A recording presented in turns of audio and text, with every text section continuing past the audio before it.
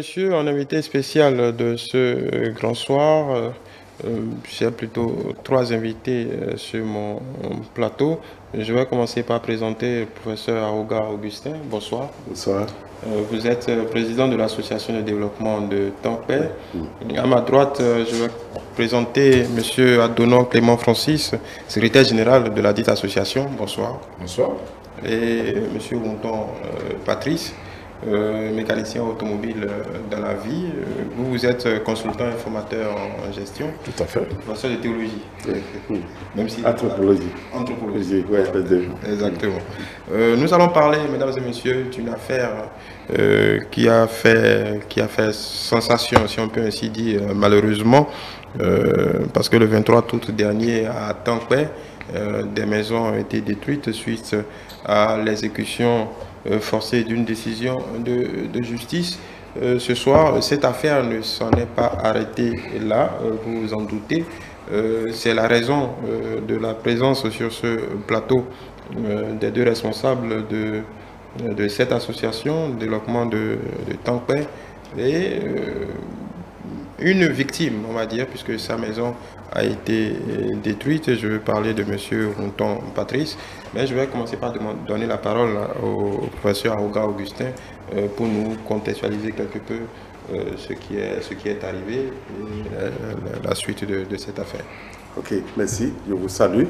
Merci de nous donner l'occasion de pouvoir nous exprimer et de permettre de faire appel à toutes les personnes qui peuvent aider, parce que nous sommes dans une situation où c'est un long processus au cours duquel on a été obligé de créer l'association pour essayer de défendre les pauvres personnes qui n'ont pas la capacité. Donc il s'agit normalement d'un conflit entre les propriétaires terriens, ils sont nombreux, et puis il y avait des grosses, plusieurs grosses. Mais c'est que chaque propriétaire finalement dans cette dernière grosse a une parcelle. Et on n'a pas fait l'identification donc de à qui appartient tel domaine, et les acquéreurs ne savent pas, mais ils sont sur le domaine de qui.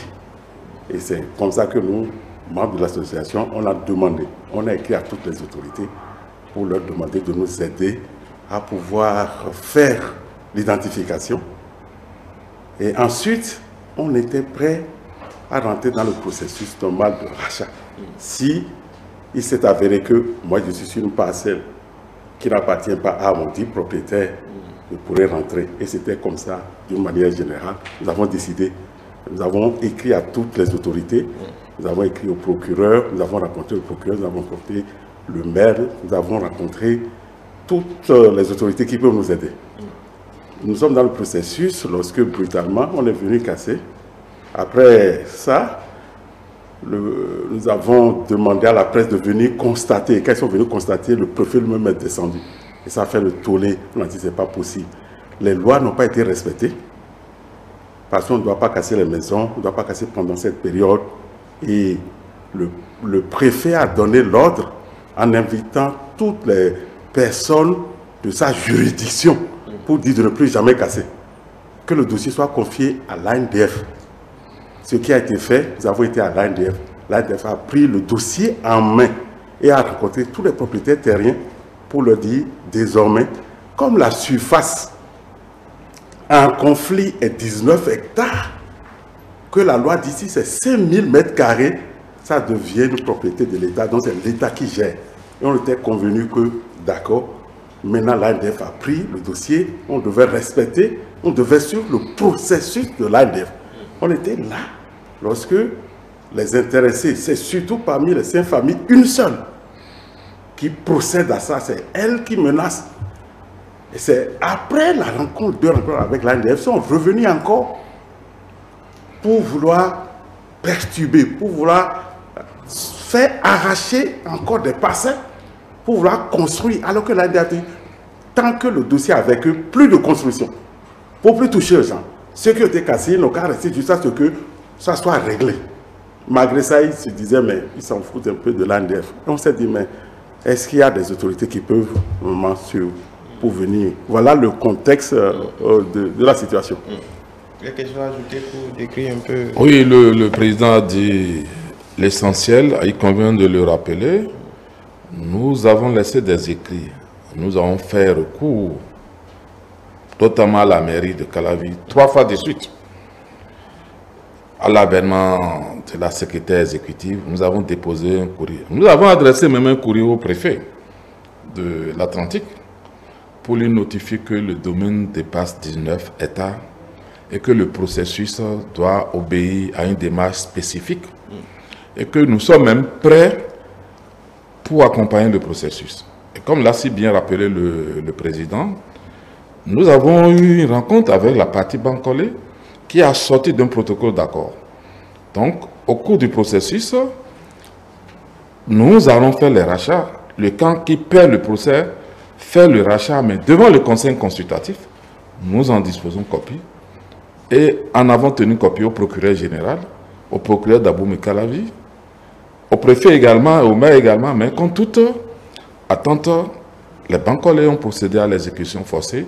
Il convient de le rappeler aussi, le processus n'était pas allé au terme, même quand le dossier était déjà pendant devant la cour d'appel, les Bancolais faisaient déjà exécuter la décision en arrachant les parcelles, en violation des tests. Donc je m'en tiens à ces éléments. Et ce qui nous motive davantage, tout s'assimile comme si les nôtres font opposition à la décision de justice. Il y a un préalable, il y a l'identification et la délimitation des domaines. La preuve en est que notre voisin dispose de 2 parcelles dont l'une n'est pas concernée par le procès, mais les Bancolais ont brisé tous les bâtiments érigés sur cette parcelle, totalement, et ont apporté encore la ferraille. C'est du jamais vu. Okay. On va lui donner la parole, puis c'est de lui qui s'agit. Monsieur Mouton Patrice. Oui, bon. Moi, vraiment, ce qui s'est passé le jour-là, ça fait que je ne me sens pas bien quand même. Parce que ça fait mal. Présentement, maintenant, je dors dans ma voiture. Je n'ai pas où me coucher. Donc, vraiment, si ce n'est pas à cause des... Et votre famille? Bon, tantôt chez un frère, l'autre par-ci, bon, et puis je les ai distribués comme ça. Disloqués. Vraiment. Donc, là où votre domaine, vos parcelles n'étaient pas concernées, l'une des parcelles. L'une des parcelles n'était pas concernée. Oui. Mais ça a été cassé. Ça a été cassé Totalement, complètement. Je dors dans ma voiture le soir. Et puis, je sais pas. Voilà. Alors, quelle est la suite que vous comptez donner à cette affaire? Et nous faisons appel au chef de l'État, parce que c'est lui qui est notre, disons, le recours suprême, pour que le processus de l'ANDF aboutisse. Parce que quand on les a rencontrés pour la dernière fois, ils nous ont donné le processus, ils ont déjà écrit le texte, ils ont mis ça dans le processus. Notre désir, nous voudrons que ce processus aboutisse, que la loi soit appliquée, ce qu'ils ont dit. Ça fait déjà, ils nous ont promis, il y a une date à laquelle le dossier devait passer, la date est passée, une autre est passée, c'est encore passé. Et c'est pour ça que ici maintenant, on demande, c'est un cri pour dire que le processus aille jusqu'au bout. Pour que la nouvelle structure mise en place soit crédible. Ça permettra aux gens de dire, mais non, la nouvelle structure va véritablement aider. Si le processus arrive à terme, c'est que chacun serait satisfait et nous allons avoir la paix. Si vous arrivez à temps paix aujourd'hui, c'est une psychose. Vous imaginez que l'ANDF a donné des instructions fermes, mais les Bancolais, hier, ils étaient venus encore dans le quartier en amenant des maçons pour vouloir construire. Et c'est la population qui s'est soulevée. Ce que nous disons ici, si on n'aide pas jusqu'à ce que le processus aille, il y aura de troubles dans le quartier parce que tout le monde est fatigué, on en a marre. Qu'une seule famille parmi les 5 perturbe, ça serait grave. C'est pourquoi nous appelons les autorités qui permettent que ça aille jusqu'au bout et que personne ne soit au-dessus de la loi. Et je crois, comme l'a dit le président, il convient de le rappeler à notre dernière rencontre avec le procureur du tribunal de première instance de deuxième classe de Calavi, il était demandé dans tout ce dossier où se trouve le domaine des Béahénou, né en huile. Mais le procureur était étonné. Il nous a demandé maintenant qu'on aille se revoir pour échanger entre nous, pour clarifier cette situation. Pourtant, l'arrêt de la Cour suprême leur attribue 1 hectare. Tout à fait. Un hectare, 75 à 10 Exactement. Mais personne ne sait. Les Bancolais ont vendu à l'est, au nord, au centre, partout sur le domaine. Mais dans cette attente, comme l'a dit le président, ils étaient descendus hier.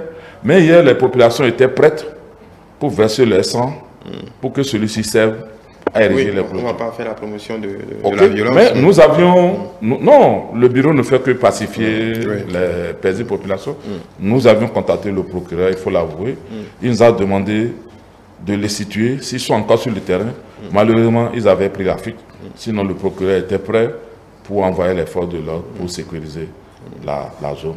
Et comme l'a si bien dit le président, vraiment, nous demandons aux autorités, en commençant par le ministre de la Justice, qui a régulièrement saisi nos courriers, et qu'on donne des instructions pour qu'on finisse avec ce dossier au niveau du conseil consultatif foncier. Il ne s'agit pas pour nous d'envoyer la mairie faire l'identification, mais ce que le code foncier domanial a prévu. Merci. Voilà. On va laisser le dernier mot. Qu'est-ce que vous souhaitez aujourd'hui? On sait bien on sent bien que votre situation est difficile. Oui, moi, mon problème, le deuxième, qui ne concerne pas le problème de litige, qu'on me dédommage. Parce que je ne peux pas... Moi, je suis un retraité. Alors, moi, maintenant, je n'ai rien. Et subitement, ils sont venus détruire mes 2 maisons comme ça, là. Vraiment, vous aussi mettez-vous à ma place. Je comprends. Ça fait mal. Ça fait mal, franchement. Okay. Merci beaucoup. Merci, professeur. Est-ce que vous voulez ajouter quelque chose? Non, je voulais vous remercier le fait que vous nous avez écoutés et que vous transmettez nos voix. Ça, c'est un apport. Vous participez. Et c'est le rôle de la presse. C'est d'aider les autorités à savoir ce qui se passe. Merci à vous. De toute façon, on est prêt à écouter toutes les parties. Hein. C'est bien sûr. Voilà. Merci beaucoup. Merci beaucoup, professeur Aouga Augustin. Je rappelle que vous êtes professeur de théologie et d'anthropologie culturelle, mais sur ce plateau, vous étiez là au titre du président de l'association de développement de Tankpé, le secrétaire général Adonon Clément Francis, secrétaire général de la même association, et Routon Patrice, mécanicien victime, on va dire victime collatérale de cette affaire. On vous souhaite bon courage. Si ça peut aider. Merci.